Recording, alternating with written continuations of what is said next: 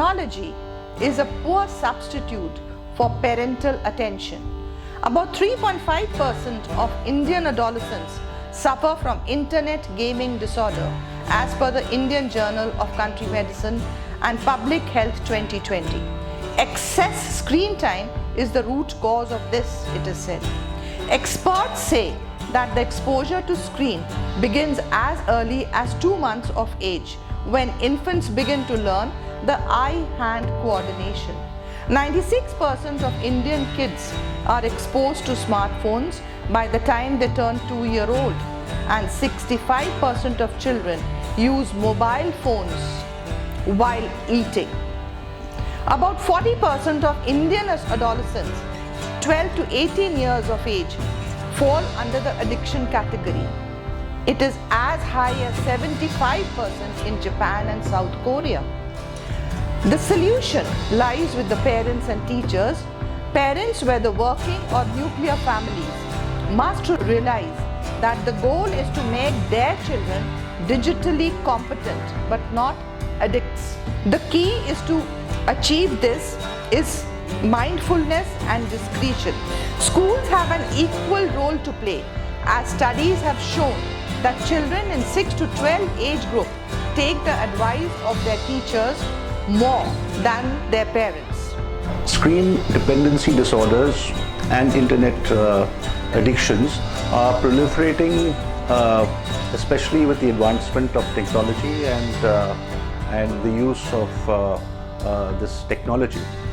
So it is imperative that as parents, teachers, guardians,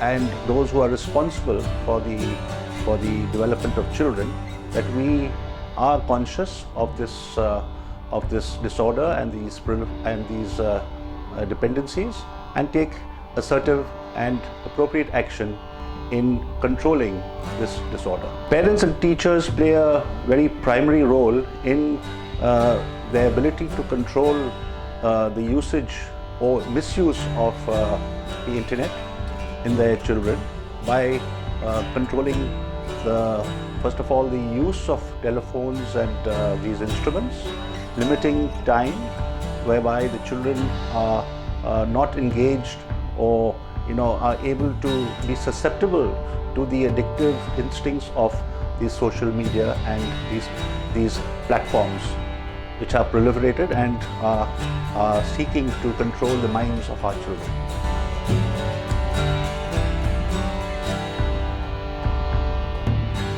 The answer is simple. It's all in our heads. Like with drugs, using a screen sets off a pleasure-reward cycle in our brain. As we use a screen, dopamine is released in our brain, which results in a weakened impulse control.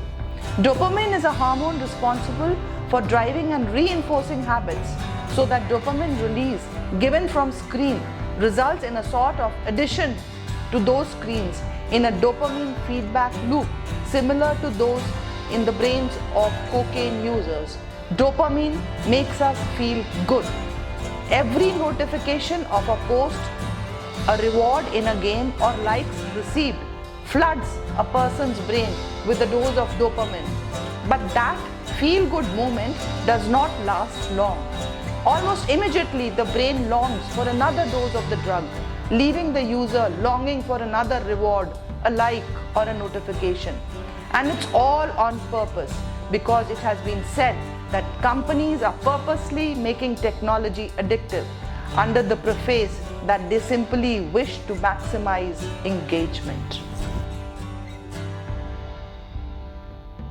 While we have witnessed incredible advancements in the 21st century, parents have realized that handing a child his or her smartphone or tablet is a convenient solution for his boredom or temper tantrums. Screen time? It's creating a mental health hazard, and some children are crying for it, some throw tantrums, some have behavioral problems, and some even threaten suicide. Whether kids are playing video games or using smartphone apps, there is a growing mountains of evidence which suggests that young boys and girls are exhibiting addictive behavior. Why? It's largely because of extensive exposure to unregulated screen time. Whereas adult brains are more developed, children's brains are susceptible to significant changes in structure and connectivity, which can stunt neural development and lead to screen dependency disorder. Addiction. This is a term which is increasingly used to describe the growing number of children who are engaging in a variety of different screen activities in a dependent, problematic manner. They have compulsions. If they are not given it, they have withdrawal symptoms, and gradually they develop tolerance. So it's addictive in nature. Screen dependency disorders are very many. There can be internet addiction disorders, there is internet gaming disorder, there is compulsive internet use, there is pathological video game use, there is video game addictions, there is online game addictions, mobile phone dependence, social network site addictions, Facebook addictions, and all these are leading to behavioral problems in children as well as their parents, because many parents and adults are also found to be addicted to the screen. Many Facebook addictions have been found, and there have been cases where mothers have been found to be addicted to the Facebook in such a way that they have either forgotten to cook the meals, or many of them have even forgotten to pick up their children. How many times is too much? How many times do we check our Facebook, our Twitter, our email? How many times are we texting? It's becoming a compulsive behavior. And it has been found that many a times we are doing it as much as 50 times a day. So we need to check, and we need to keep a check on our own behavior so that our children watch us behave in a normal fashion where we are using our mobiles and our screens for our benefit. Well, we don't allow them to bring mobile phones, and we have a lot of awareness talks in the classes, teachers also, and we also speak to them. We have workshops also on this from time to time. Yes, teachers speak to the parents that overuse of these mobile phones all the time only makes them, less attentive in their studies, and it is not. Finally they get addicted to these. And well, in Rotary we have a lot of awareness camps. In Rotary we involve children also. Like we have interact clubs in schools where children from 13 years to 18 years they form a group and they take up various issues in this way. It can be health, it can be traffic also. They have a lot of seminars and workshops on traffic, awareness camps, as well as overuse of mobile phones and media. Whereas in colleges we have the Rotaract group, whereas you have children, boys and girls from 18 to 30, which similarly they also involve themselves in various activities which helps improve the lives and ways of people in our communities. Screen dependency disorder is the new disorder, a mental health issue which has taken over the world and its people. Screen addictions are so very common, and you see it nearly in every home, and you see it in nearly every adult, every second adult or every child, in schools or in colleges. Children are addicted to the screens, maybe on the smartphones, which is just a click away, maybe on the TV screens, maybe on their computer screens, or on their iPods. It is something which is causing a lot of behavioral, physical and mental health issues. It's something which we all need to speak about, which we all need to talk about, because this constant addiction onto the screens is causing so many neural changes in the brain, in the connectivity of the neurons and in the connections therein, that it's leading into a lot of mental and physical disorders in children, and it is hazardous to their mental and physical health. So let's talk of the social implications of this. Let's talk of screen addictions. Let's say no to screen addictions, because this is as hazardous to our mental and physical health as any other drug addiction. Screen or social media addiction is a major problem worldwide. The world needs, the family needs, the institution needs to sensitize our children that how to refrain from media addiction. This is such a big problem that if we continue with this kind of trend, 5 or 10 years from now on will be very, very challenging, and our precious children will be losing a lot in terms of health, happiness, and their performance will be adversely affected. Drug addiction is a very big social problem. It is spoiling our youth. On behalf of Rotary Club, I would request everyone to fight against this evil for the future of our country. Thank you. The World Economic Forum has said that our addiction to screens is damaging more than our health. Adults in the United States spend an average of more than 11 hours a day using a screen. In the UK, children are using screens for an average of 6 hours a day. About 3.5% of Indian adolescents suffer from internet gaming disorder, as per a study published in the Indian Journal of Community Medicine. The rate is 0.5% higher than the global average. Indian studies show that 8% boys and 3% girls fall in the IGD bracket. So the guidelines from global health agencies suggest that children to about 2 years of age should have no screen time at all. Children 2 to 6 years of age should not have more than 60 minutes a day of screen time, and children of 6 to 12 years of age should have about 60 to 90 minutes a day. 12 to 18-year-olds should have a balanced screen time vision with breaks in between. First of all, the very first thing that comes to my mind is FOMO. FOMO means the fear of being left out. In today's era, most of the children are going to psychologists, psychiatrists just because of social media platforms.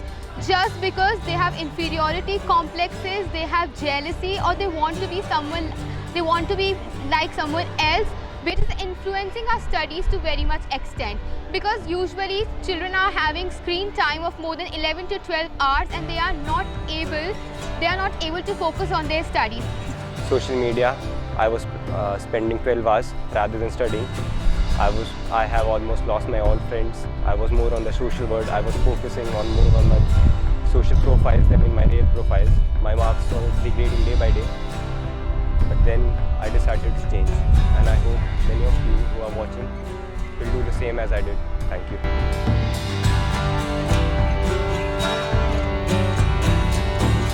Excess screen time makes our children sedentary very early on in life, leading them to obesity. It leads them to poor digestion and eating disorders, poor metabolism. They have many ortho problems like back pain or shoulder pains. They have dryness in the eyes. They have weakness of eye muscles. Mental health suffers in many ways. They have attention issues. They have hyperactivity. They may have lack of focus or adjustment issues. They have online friends but no actual ones. So they have more of virtual friends than the real ones. They may go into depression or aggression in extreme cases, and they have mood swings. There may be brain damage because brain learns to absorb rather than to think.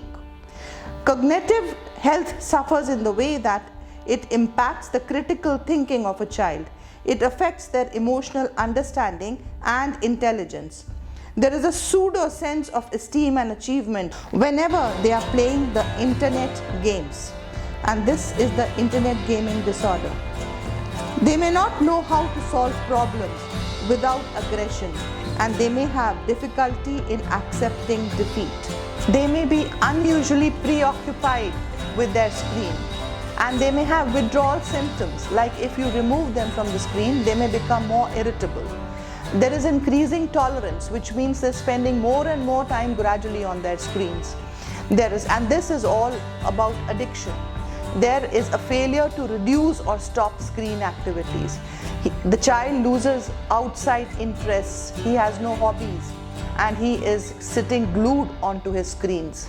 There is continuation sitting glued onto his screens despite negative consequences.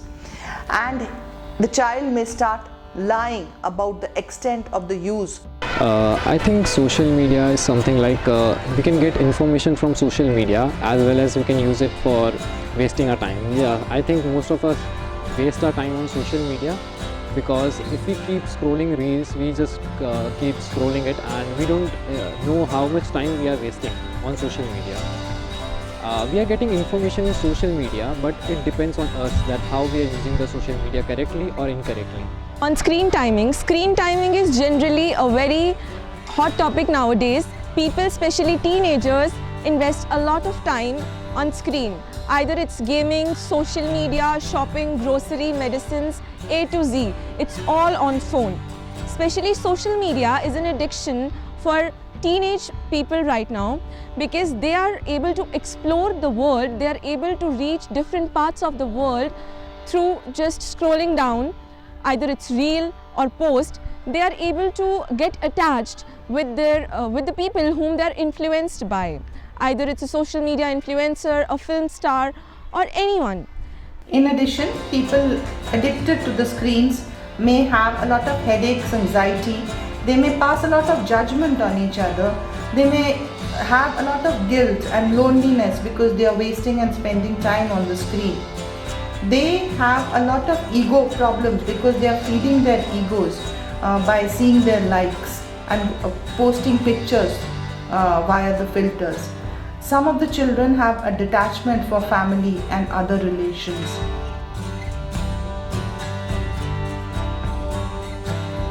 So what can parents do to stop the screen addiction in their children? First of all, parents have to be role models, as we have been saying that, and they have to stop being addicted to the screen time themselves.